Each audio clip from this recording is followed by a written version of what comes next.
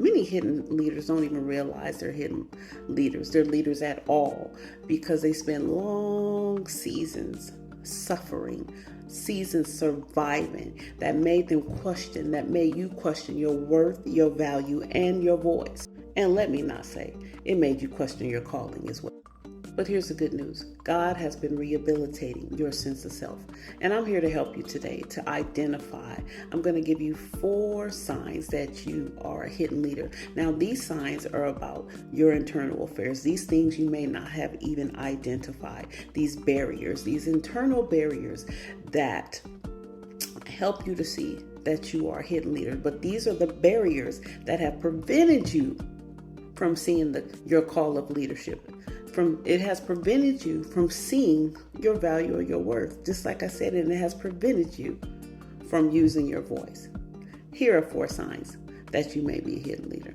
Oh, before I give you the signs, let me tell you this. When I say hidden leader, like I said in the previous video, which you may not have watched, and if you didn't, I recommend you go watch my last video. Listen, when I say hidden leaders, I don't mean that you're hidden because of visibility. The hidden leaders that I serve are the ones that are hidden to themselves, that have hidden behind the suffering and pain, that they've lost parts of themselves, if not all, a lot of themselves on the battlefield of life. But once again, God is rehabilitating you, and He has sent me here to help you to recover. Now, let's get to the 4 signs that you may be a hidden leader. The number 1 is identity confusion. Identity confusion comes because you've worn so many roles, so many titles, and you have lost sight of who you are. You question your worth, your ability. You downplay your influence. You compare yourself to others, and you simply feel disqualified in your call. Now, you might feel qualified at work, but as it pertains to your call and knowing that God has a purpose for your life, you don't feel qualified but which makes me think, do you really feel qualified at work? Because if you don't know who you are in Christ, do you really know who you are? But we'll talk about that another day. Identity confusion also causes you to perform and people please and be labeled as the fixer, the strong one. But that's okay.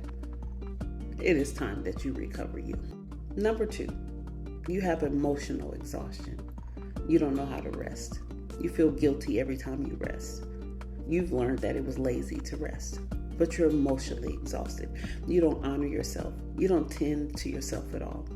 You're emotionally exhausted, and you're afraid to share it because you may be seen as something different. You may be seen as lazy. You feel that you always have to be the strong one. Sis, I want you to know, it's okay to be tired. It is okay to rest. Listen, this was one of my big ones for myself personally. I had to learn to rest. Okay. I had a battle with myself because I felt like I always had to be doing something. But I want you to know that rest is obedience. Even the Lord rests after creation. And lastly, I have to tell you this. You can't be good for anyone else if you won't be good to yourself. Okay? You need you more than anybody else needs you. Keep that in mind. Number 3. You fear visibility. You have fear of visibility. Visibility just feels vulnerable and unsafe. And you just fear it. And unfortunately, at times, you hide behind humility so you can keep playing small. Also, when you fear visibility, you tend to self-sabotage when opportunities arise. You overthink everything for fear of judgment. Overthink it because you feel that you have to be perfect. But we'll get back to that one. You also downplay your voice and your gifts to avoid attention. I believe in the word that says, we are city on the hills. We are not called to hide our light up under a bushel. But listen, hidden leader, fellow warrior, I truly understand because I did it too. I downplay my voice. I downplay my sound and my gifts. For one, it didn't seem like it was something that was normal. It was a very unique and creative gift. So I downplayed it because I didn't think it was great enough. Sis, we can no longer downplay our gifts any longer. It is time for you to amplify your voice because it's needed and necessary. Listen, here's the truth about fear and visibility. It comes down to trust. Do you trust yourself or do you trust God to lead you? Did you know that you're not in charge of your gifts? The gifts do not belong to you. So we have to learn to surrender our gifts back to Him. It says, not by might, not by power, but by the Spirit. Thus says the living God. So you have to surrender your gifts, your abilities, to the one who's given it to you. Trust that He will guide you. Trust that He will give you the grace, the boldness, the confidence that you need to go forth if He's called you to this place or space or assignment. Visibility is necessary for your growth. And number 4 is good old perfectionism. My. That was an old friend of mine. I used to feel like I had to have everything in order. You know what? Perfectionism can be disguised as purpose. And I also want you to know, perfectionism is pride in disguise. Think about that. When you operate in perfectionism, you trust your performance more than God's grace. It goes back to what I just said about visibility.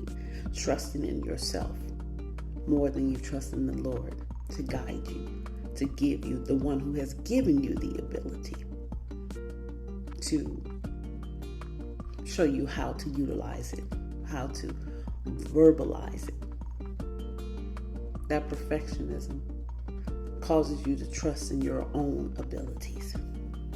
But it also doesn't allow any room for grace.